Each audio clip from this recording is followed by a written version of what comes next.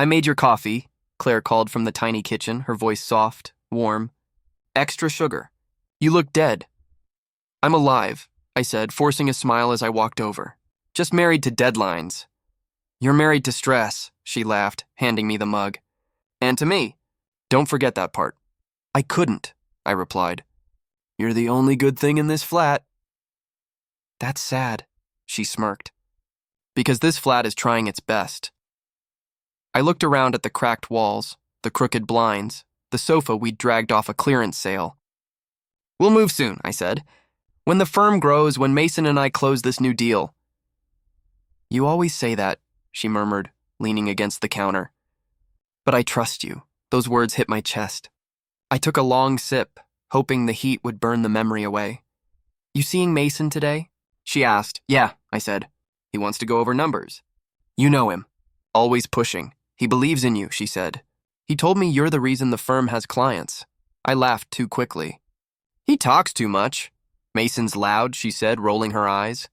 But he's loyal. Right? Yeah, I said. Loyal. The lie tasted bitter. I set the mug down. Claire. She tilted her head. What's wrong? Nothing, I said. Just tired. Don't do that, she whispered. Don't shut me out. I'm not, I answered. I just think too much. Then think out loud with me. She stepped closer. That's what we promised, right? The word promised dragged me back to that night at Mason's loft months ago. Music shook the walls. Mason clapped his arm around my shoulder. Ethan, you made it. Clients love you, women love you, even I love you. Drink more. I'm good, I'd said. Emily in a red dress bumped my arm. Loosen up, Ethan. Claire's lucky. You're so serious. She's the lucky one? I joked weakly. Emily leaned closer. You are allowed to have fun without her, you know? I'd looked for Mason. He was flirting, drunk, shouting deals. I felt invisible and stupidly proud at once. You're not drinking, Emily said. I have Claire, I told her. She's not here, Emily whispered. And you're lonely. I should have walked away. Instead, I let her pull me toward the balcony. It's just a kiss, she said. It shouldn't be, I replied. But I still leaned in. Our lips met. Brief, wrong, poison. I pulled back. This was a mistake, Emily shrugged. You didn't seem to hate it. I love Claire, I said. Then forget it, she replied. I already have. But I hadn't. Every morning after, the memory sat beside my coffee, beside her smile. Back in our flat, Claire's fingers brushed my arm. You spaced out again. Thinking about work, I lied. You and Mason will figure it out, she said. You always do. You're a good man, I almost laughed. Am I? She frowned. Why would you ask that? Just wanted to hear you say it. She cupped my face, eyes searching mine. Listen to me. I don't care how tired, scared, or stressed you get. Just don't lie to me ever. Her faith burned. I won't, I said. Promise me, she whispered. I held her gaze, drowning in everything she didn't know. I promise, and I felt the universe mark it as my sentence. I picked up my briefcase. You're early, Claire said. Big day? Every day is big, I replied. Mason thinks we're kings. You earned it, she said. Mason helped, I answered. You two are unstoppable, she smiled. My phone buzzed. Mason's name, yeah? I said. Lunch at 1, he shouted. Big news. Don't be late.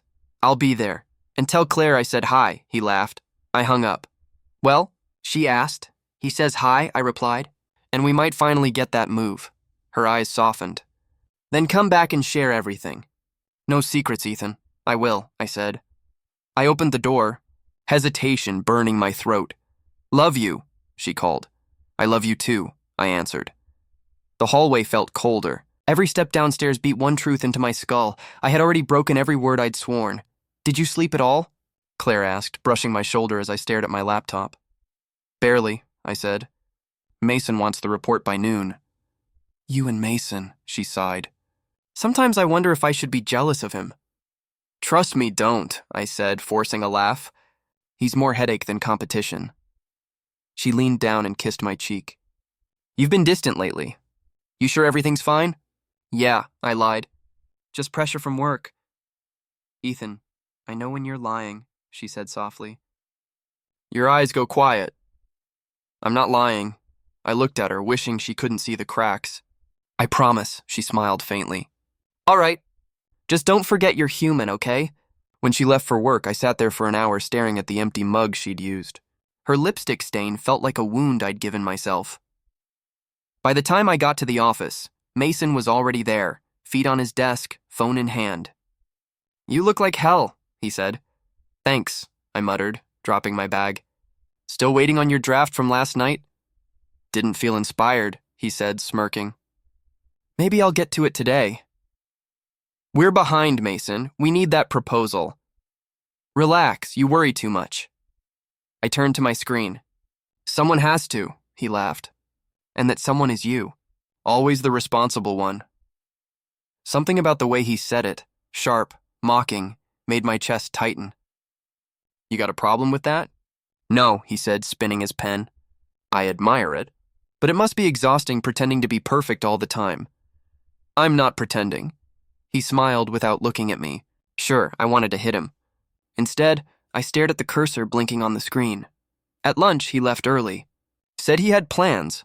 I stayed behind, finishing his work. The silence was too heavy. I opened my phone and saw Claire's text. Claire, love you. Dinner tonight? I typed back, always. Can't wait, but I didn't send it right away. My fingers hovered. What if she knew? That night, I couldn't sleep. I lay beside her, listening to her slow breathing. Every inhale sounded like forgiveness I didn't deserve. I whispered, Claire? She stirred. Do you ever keep secrets? Secrets? She murmured. From you? No, she smiled sleepily. You're the honest one, my stomach twisted. Right, honest. She turned over, pressing closer. You smell like coffee and regret, she teased. I always do, I said. Then sleep. Ethan, you overthink everything. When she drifted off, I stared at the ceiling, counting the seconds until morning. The next day, Mason avoided me. During meetings, he barely spoke. When I tried to catch his eye, he was on his phone, smirking. By 8 that night, everyone had left. I stayed to finish edits. The lights in the hallway flickered. I heard a voice, Mason's. Yeah, I told you. He has no clue, he said, his tone low but smug. I froze. Of course she trusts him, he continued. That's the fun part. My heart pounded. I moved closer, careful not to make a sound. She deserves to know, a woman's voice replied faintly through the door. He chuckled. Not yet. Timing's everything. The door creaked. I ducked behind the copy machine. Mason stepped out, phone to his ear now. Relax, he said. I've got it handled. Claire won't find out until I want her to. Claire. Her name punched through me like glass. When he was gone, I sat there shaking. What the hell was he doing? The next morning, I confronted him. Mason, I said. We need to talk. About what? He asked, chewing gum. About last night. He arched a brow. Oh, you spying on me now? You mentioned Claire, I said. Why? He leaned back in his chair, amused. You sure you want the truth? Try me, he smirked. You're not the only one who lies, Ethan. Everyone hides something. Don't act holy. What's that supposed to mean? He shrugged. You tell me. You're the saint, remember? I'm warning you, he laughed, standing. Or what? You'll confess, please. You'd lose everything.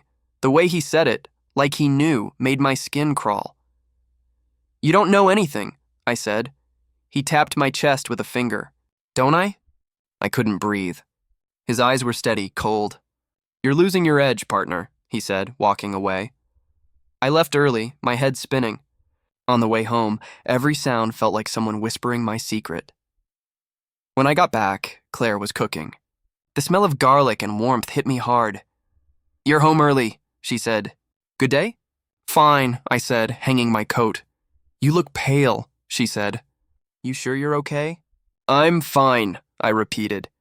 Ethan, she said, turning to face me. What's going on with you and Mason? Why would you ask that? He called earlier. Said you were stressed. Asked if I could talk to you? He called you? She nodded. He was just being nice, my throat went dry. What did he say exactly? Just that you've been working too hard. That I should take care of you. I forced a laugh. Sounds like him, she smiled softly. He's thoughtful sometimes. Yeah, I said, voice shaking. Sometimes, she frowned. Ethan, you're scaring me. I just need a minute, I muttered, walking into the bedroom. My heart hammered. I picked up her phone from the nightstand. My hands trembled. I knew it was wrong, but I opened the screen, missed calls, messages. One new text flashed across the screen. Mason. Still awake? The phone buzzed again. I watched his name glow like a curse, and for the first time, I realized the truth wasn't sleeping beside me. It was waiting to destroy me. The rain hadn't stopped all day. It felt like the city was warning me. When Claire said she was meeting an old friend, something in her tone cracked the air inside me. Who? I asked casually, though my chest tightened. Just someone from work, she said. You don't know them. I nodded, pretending I didn't hear the hesitation. After she left, I sat on the couch, staring at the clock. 5 minutes. 10:20. My fingers drummed the armrest. I told myself I trusted her. I told myself I had no right not to. But the memory of Mason's words wouldn't leave me. Everyone hides something. Ethan, don't act holy. By the time I grabbed my coat, I'd already decided I didn't care how pathetic it looked. I had to know. I found her at the cafe near the river, the one we used to visit on lazy Sundays. Through the rain-blurred glass, I saw her sitting at a corner table. Across from her sat Mason. My heartbeat went silent. I pushed the door open, but stopped when I heard his voice. Claire, Mason said, low but sharp. You deserve better. You know that, don't you? She looked startled. Mason, this isn't appropriate. He leaned forward. I'm being honest. Ethan doesn't deserve you, she frowned. What are you talking about? He smiled like it was a secret. You think I don't see it? The distance, the guilt? He's hiding something. Her tone cracked. That's not true. It is, he said softly. He's been unfaithful. The air left my lungs. Claire froze. What? Mason sighed dramatically. He kissed Emily at my party. I saw it. He begged me not to tell you. Her hand covered her mouth. You're lying. Am I? Mason asked. He's my friend, Claire. I tried to protect him. But watching him fool you every day, it's killing me. Her chair scraped back. Why are you doing this? Because I love you, he said. The words hit harder than the rain outside. She stared at him, trembling. You what? He reached for her hand. I've loved you for years, before he even met you. I didn't mean for this to come out like... She slapped him, the sound echoing like thunder. You disgust me! Mason didn't flinch. You think I'm the bad guy, but he betrayed you first. I don't believe you, she said, tears streaming. Ethan wouldn't... He couldn't. He looked past her, and for a second, I realized he knew I was there. Then ask him, Mason said, his eyes locking on mine through the doorway. Claire turned, following his gaze. Her face went white. Ethan? I couldn't speak. My throat was made of ash. Tell me it's not true, she said, voice shaking. Please. I opened my mouth, but nothing came. My silence answered for me. Her sob broke the air. Oh, God. Claire, She stepped back. Don't. Just don't. It was a mistake, I whispered. It meant nothing, she laughed bitterly. Nothing? You made me believe in love. You made me believe in you. Claire, please, she shoved me. You promised me honesty. I know. Then why? She screamed. Was I not enough? The question gutted me. It wasn't about you. I was drunk, Stop! She yelled. You sound just like every liar who says sorry after the damage is done. Her tears mixed with the rain as she pushed past me toward the door. Claire, wait. She spun back, eyes blazing. You don't get to say my name. Then she was gone, out into the downpour, her figure dissolving into the streetlight haze. I turned to Mason. He was still seated, smirking, rubbing his cheek where she'd slapped him. Guess karma has a twisted sense of humor. My voice trembled. You used me. He laughed softly. No, Ethan, you used yourself. I just gave fate a little push. You told her, I said. I told her the truth, he said. She deserved it. You watched me fall apart, he interrupted, leaning forward. You think I don't remember that night? You drunk and whispering about how you kissed Emily? You thought I wouldn't use that? My hands clenched. You planned this. Don't flatter yourself. You handed me the knife. I wanted to hit him. I wanted to make him bleed. But the truth was already bleeding inside me. He stood up slowly. You know what your problem is, Ethan? You wanted to play the good man, but you're not. You're just like me, you just hide it better. You ruined her, I said. He tilted his head. No, you did. I just made sure she saw it. I stepped closer. You're a coward, he smiled. Maybe, but at least I don't pretend to be pure. The cafe door swung open again, wind howling through. I stood there, drenched in my own disgust. Walk away, Ethan, Mason said, brushing past me. There's nothing left for you here. I turned toward the window. Rain streaked down the glass where Claire had sat, her untouched coffee still steaming faintly. I whispered to no one. I deserved this. My reflection stared back, haunted, hollow. Outside, Mason's figure blurred into the storm. The guilt in my chest pulsed like a heartbeat that refused to die. And for the first time, I understood that betrayal doesn't always come from others. Sometimes it grows from the pieces of yourself you tried to bury. I left the cafe in silence, the rain washing over me, but nothing felt clean. The office was empty when I walked in that morning. Papers scattered across the floor, monitors dark, silence thick enough to choke on. My phone buzzed again. Another email. Another client gone, I whispered to myself.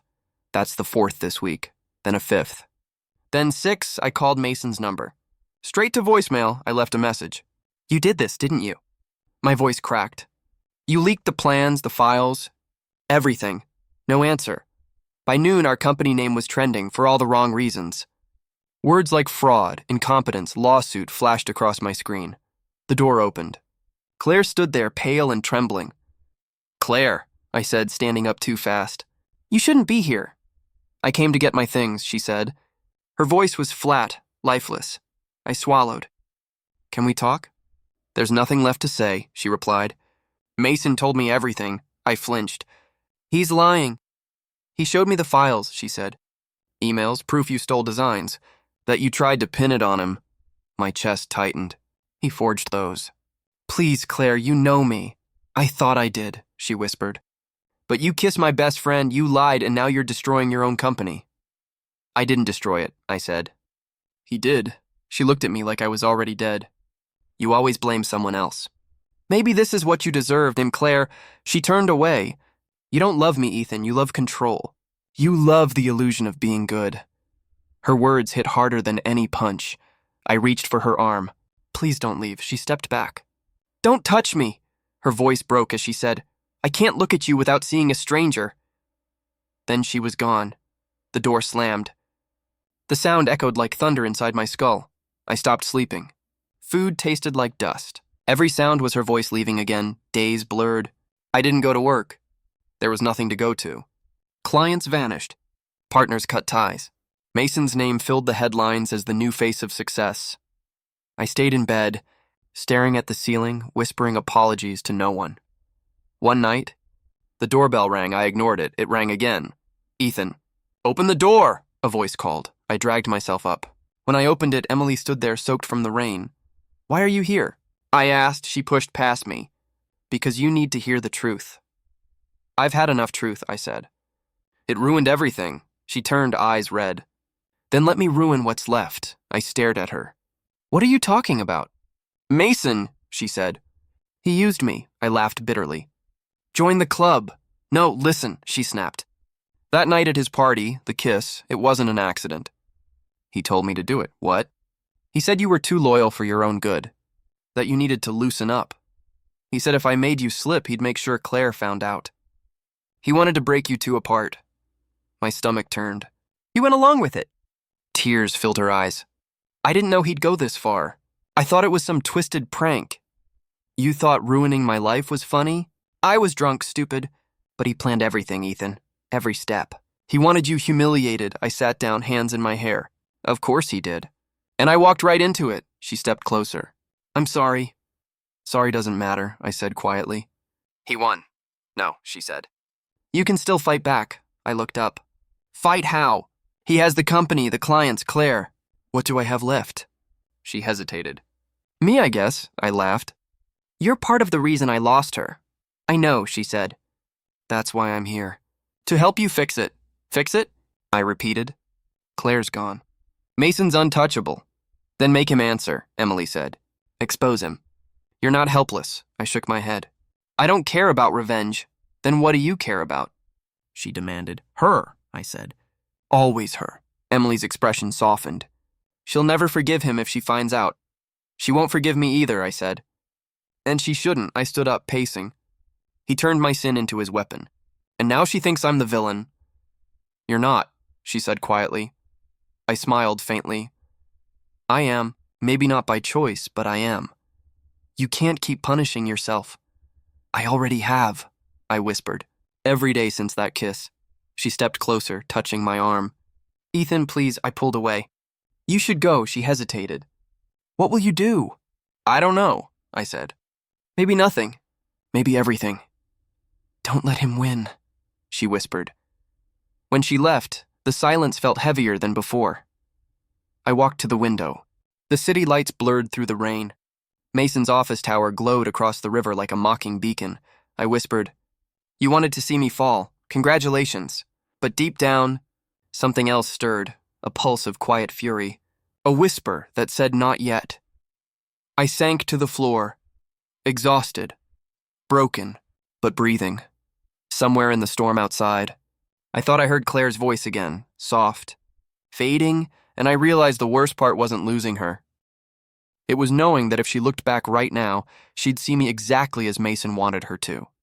A man who deserved ChatGPT said, 6 months. That's how long it took to crawl out of the wreckage Mason left behind. The morning still felt heavy, but at least I was waking up again. I ran a hand over the cracked desk in my new office, a one-room rental above a cafe that smelled like burnt coffee and second chances. Not bad, Daniel Brooks said, leaning against the doorframe. It's ugly, but it's yours. I smiled weakly. You're supposed to motivate me, not insult my decor, he grinned. Motivation doesn't pay rent. Hard work does. I'm working, I said. You're surviving, he corrected. Big difference. I leaned back. It's all I know how to do now. He crossed the room, sitting opposite me. Ethan, regret is a form of punishment. You've served enough of it. Time to build something new. I tried, I said quietly. Every blueprint feels hollow. He nodded slowly. Then make it mean something again. Take all that pain, put it into the walls. You build better when it hurts. I almost laughed. You sound like a therapist, he smirked. Cheaper, too. The silence between us wasn't uncomfortable, it was grounding. Daniel stood, brushing off his jacket. Remember this, he said, heading for the door. The past only wins if you keep reliving it. When he left, I whispered, Too late for that. By evening, the office had dimmed. The light outside turned amber, streaking the floor with tired warmth. I was packing up when a knock startled me. Come in, I said. The door opened and a woman stepped in. Tall, sharp eyes, controlled posture. I recognized her immediately. Olivia Reed, Mason's sister. Olivia, I said carefully. Did you get lost, or is this a setup? She closed the door behind her. If it were a setup, I wouldn't have come alone. I doubt you came for coffee, I said. No, she said. I came for the truth. I crossed my arms. You think I still have any of that left? You might, she said, setting a folder on my desk. He's my brother, but I'm not blind. Mason destroys everything he touches. My breath caught. What's this? Proof, she said. Financial records, emails, forged signatures. He built his empire by framing you. I opened the folder. The documents looked real. Watermarks, company seals, even timestamps. Mason's name was everywhere. Where did you get these? I asked. I work for one of his investors, she said. They're getting nervous. Someone leaked internal data. I traced it back to him. I looked up. Why bring this to me? Because he's my brother, she said bitterly, and I can't stop him alone. I stared at her. You hate him that much? She hesitated. I don't hate him. I just finally see him for what he is, which is a man who ruins people because he can. Her words hung in the air like smoke. I touched the edge of the papers. You realize this could destroy his career. Good, she said. Maybe it's time he feels something other than victory. I met her gaze. And you think I should be the one to end him? I think you're the only one who still can, she said. I let out a low laugh. You sound like Daniel, your mentor? She asked. Yeah. He said regret is punishment. Then stop serving your sentence, she said. I looked at the folder again. You could go to the police. They won't listen without context, she said. But if the evidence comes from you, his partner, his victim, they'll have to. I sat back. You've thought this through. I've lived under his shadow for years, she said. You think you're the only one he broke? Silence filled the room again, heavier this time. She stepped closer. Ethan, I'm giving you a chance to balance the scales. Take it. Her tone wasn't pleading, it was absolute. I exhaled slowly. You know what the funny part is? What? She asked. I don't even hate him anymore, I said. I just want it to stop hurting. Then end it, she said simply. I nodded. Maybe I will. She turned toward the door. I'll leave the evidence. Think carefully before you act. My brother's smart, but he's sloppy when he thinks he's untouchable. Thanks for the warning, I said. She paused. You remind me of him sometimes. That stung. That's not a compliment. No, she said quietly. It's a warning. Then she left. I stared at the folder for a long time. My reflection wavered on its glossy cover, tired eyes, shaking hands, a man still chained to yesterday. But something inside me shifted. I whispered to the empty room. Revenge isn't about fury anymore. It's about balance. I opened the folder again, page by page, tracing every signature, every fake invoice, every lie he'd built his kingdom on. The anger didn't burn this time. It froze, clean and sharp. I picked up my phone, dialed Daniel's number, and said, You were right. It's time to build something new. He asked, What kind of something? The kind that makes the truth impossible to ignore. When I hung up, I looked out the window at the city lights.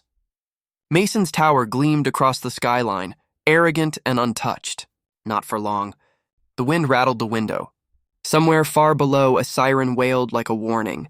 But for the first time in months, I didn't feel afraid.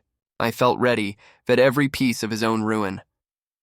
The folder sat on my desk for days before I finally moved. Every time I opened it, Mason's signature stared back like a ghost. When I finally called the police, my voice shook. I have evidence of corporate fraud, I said. It involves Mason Reed. The woman on the line asked, Who's calling? Ethan Hayes, I answered. His former partner. She transferred me. Then came another voice, calm, sharp. Detective Lewis speaking. I hesitated. I have proof Mason forged contracts, laundered funds through shell accounts, and used fake signatures. Lewis asked, You have documents? Yes, originals. I'll need to meet you, he said. Quietly. We met the next night at a diner outside the city.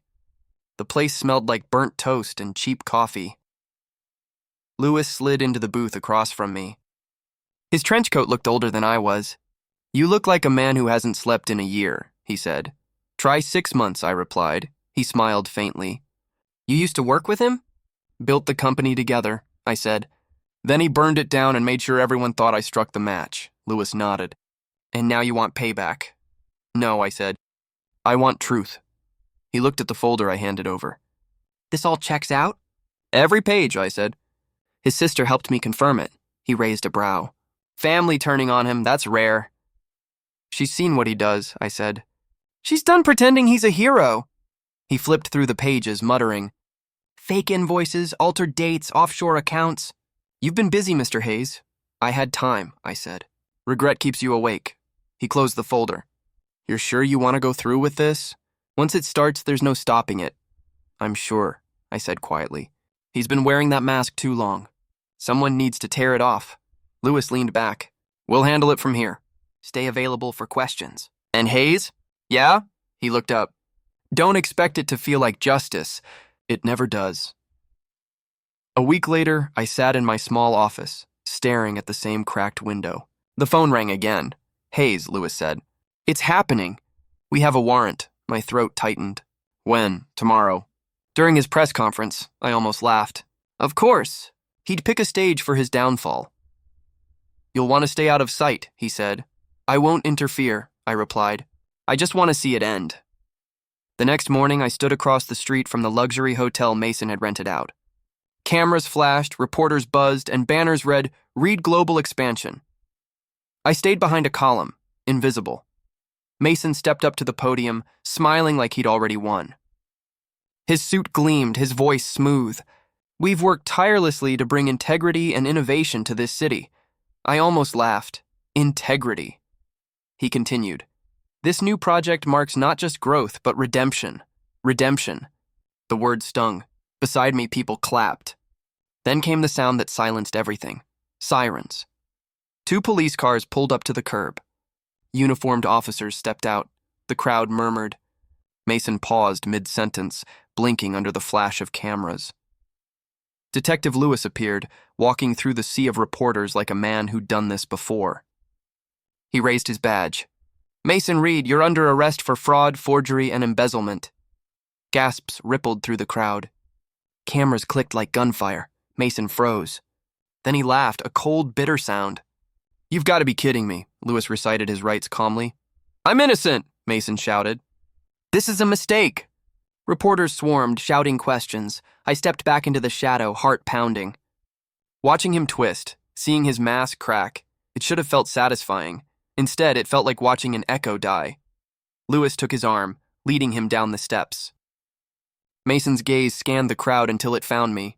For a second, the world shrank to just us. He smirked faintly. "You think you won, but you'll live with the guilt forever." The words sliced deeper than I expected. I didn't move, didn't speak. As they pushed him into the car, the rain began, soft at first, then steady. Reporters yelled, "Ethan Hayes was your partner!" "Did he set you up?" Mason laughed again. "Set me up? No, he just finally found the courage to do what I would have done. Then the door closed and the car drove off." Lewis approached me later as the crowd dispersed. "You did good," he said quietly. "Good doesn't feel like this," I replied. He looked at me. "You expected peace?" "I expected something," he sighed. "Justice doesn't heal people, Ethan. It just stops the bleeding." I nodded slowly. "That's enough, I guess." He handed me his card. "We'll keep you posted on the trial. Stay out of trouble." When he left, the rain got heavier. I stood there until the crowd vanished. The hotel banners fluttered, soaked and torn. I walked toward the curb, water pooling around my shoes. Mason's voice echoed in my head. "You'll live with the guilt forever." "Maybe he was right," I whispered. "Maybe that's the price of my sin." For a moment, I looked up at the gray sky. The rain ran cold over my face, washing nothing away. I reached into my coat pocket and pulled out the lanyard from our first office, the one with both our initials etched on it. M&R Designs. I dropped it into the gutter and watched it disappear beneath the flood. As the water carried it away, I felt something shift, not peace, not forgiveness, just quiet, and maybe that was all I deserved. The cafe smelled like warm bread and rain. I hadn't been there in a year, not since everything burned down. I just wanted coffee, nothing more. Then I heard her voice. "Ethan?" My chest froze. I turned. Claire stood by the counter, hair shorter, face softer, lighter somehow. "Hey," I said quietly. "Didn't expect to see you here." "Neither did I," she replied. "You still take it black?" "Yeah," I said. "You remember," she smiled faintly. "I try not to, but some things stick." We found a corner table. The rain outside blurred the glass, turning the world into watercolor. "You look different," I said. "Better?" she asked. "Peaceful," I answered. "I am," she said. "It took a while," I nodded. "You deserve that." She looked at me carefully. "You do too, Ethan. I don't know if I've earned it." She folded her hands. "You didn't fight back when everything happened. You didn't drag me into it. You just disappeared. That helped me heal." I looked down. I wasn't noble. I was broken. "You could have called," she said softly. "You could have explained." "I wanted to," I said. "But what would I have said? That Mason played us both? That my guilt gave him power?" It sounded like excuses. Her eyes searched mine. "So it's true then? He manipulated everything?" "Yes," I said. "He forged the files, ruined the company, used Emily to set me up. He wanted you to hate me, and it worked." Her jaw tightened. "He told me you confessed everything to him that night. He said you bragged." "I didn't brag," I said quietly. "I begged him to keep it quiet." He smiled while I begged. She swallowed hard. "And you let him win for a whole year." "I let him win because I thought I deserved to lose." She leaned back, studying me. "What happened to him?" "He was arrested," I said. "Fraud, forgery, all of it. His sister gave me the proof. I sent it to the police." She was silent for a long moment. "And did that make you feel better?" "No," I said. It just stopped the noise. Her voice trembled. I cried for months, Ethan. I hated you. Then I hated myself for still missing you. I know, I said. I read every headline about him and still couldn't feel proud. Just tired, she exhaled slowly. I'm not angry anymore. That's worse, I admitted. Anger meant I still mattered. She looked at me, her eyes soft. You always mattered. You just didn't believe it, I smiled sadly. Maybe I didn't deserve to. Tears glimmered in her lashes. Maybe fate punished us both in its own way. The words hung between us. Gentle. Final. I whispered, I never stopped loving you. She closed her eyes. And I never stopped wishing you'd told the truth sooner. I was afraid of losing you, I said. You lost me anyway, she replied. She stood, grabbing her coat. Take care of yourself, Ethan. I will, I said, though we both knew it was a lie. As she turned to leave, I caught a glimpse of her reflection in the window, calm, unbroken. Mine looked like a shadow beside hers. She walked out into the rain. I stayed, staring at her fading figure until it vanished behind the umbrellas and gray sky. Her forgiveness lingered like the scent of her perfume. Soft. Unbearable, I whispered to the empty seat. Her forgiveness was the cruelest mercy of all, because it means I have to live with myself. I stepped outside, the rain cold on my face. The street was quiet, washed clean of everything but memory. Love wasn't my sin, I said to the sky. Lying was. And for the first time, I didn't run from the truth.